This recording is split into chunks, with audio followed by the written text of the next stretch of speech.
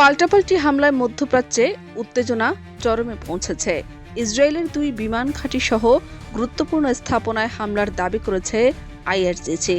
তারা ইসরায়েলের 2টি গুরুত্বপূর্ণ বিমান ঘাঁটি নেভাতিম ও তেল নোফে ক্ষেপণাস্ত্র হামলা চালিয়েছে।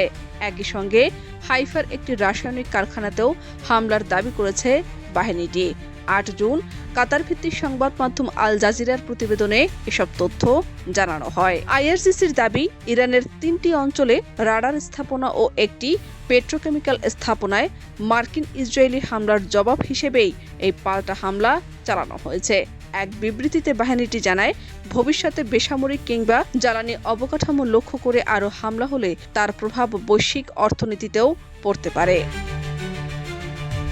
এদিকে ইরানের হামলার বিষয়ে তাৎক্ষণিকভাবে কোনো আনুষ্ঠানিক প্রতিক্রিয়া জানায়নি ইসরায়েল। তবে 8 জুন পাল্টা হামলা চালিয়েছে তেল আবিব।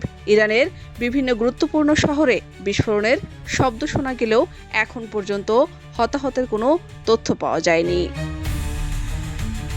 মূলত 7 জুন লেবাননের রাজধানী বৈরুতে ইসরায়েলের ব্যাপক বিমান হামলার পর নতুন করে উত্তেজনা ছড়িয়ে পড়ে। যুদ্ধবিরতি লঙ্ঘনের অভিযোগ তুলে ইরান ইসরায়েলের উত্তরাঞ্চলে ক্ষেপণাস্ত্র নিক্ষেপ করে। এরপর থেকেই 2 দেশের মধ্যে পাল্টাপাল্টি হামলা চলে। এদিকে চলমান উত্তেজনার জন্য সরাসরি যুক্তরাষ্ট্রকে দায়ী করেছে তেহরান। ইরানের পররাষ্ট্র মন্ত্রণালয়ের মুখপাত্র ইসমাইল বাঘেই বলেন, এই অঞ্চলে জায়নবাদী রাষ্ট্রের কর্মকাণ্ডকে যুক্তরাষ্ট্র থেকে বিচ্ছিন্ন করে দেখার সুযোগ নেই। তার দাবি, ইসরায়েলের সাম্প্রতিক পদক্ষেপের পেছনে ওয়াশিংটনের সমর্থন ও নীতিগত ভূমিকা রয়েছে।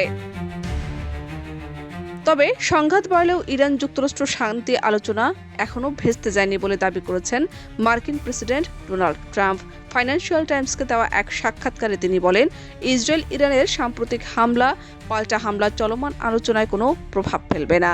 ট্রাম্প বলেন, এতে চুক্তির উপর কোনো প্রভাব পড়বে না। সব সিদ্ধান্ত আমিই নেই, নেতানিয়াহু সিদ্ধান্ত নেন না। মার্কিন সংবাদ মাধ্যম এক্সেও জানিয়েছে, 7 জুন নেতানিয়াহুর সঙ্গে ফোনালাপে ট্রাম্প তাকে আরও হামলা থেকে বিরত থাকার আহ্বান জানান। তিনি বলেন, আমরা একটি ভালো চুক্তির খুব কাছাকাছি পৌঁছে গেছি। শাহনাজ পারভীন, দেশ রূপান্তর।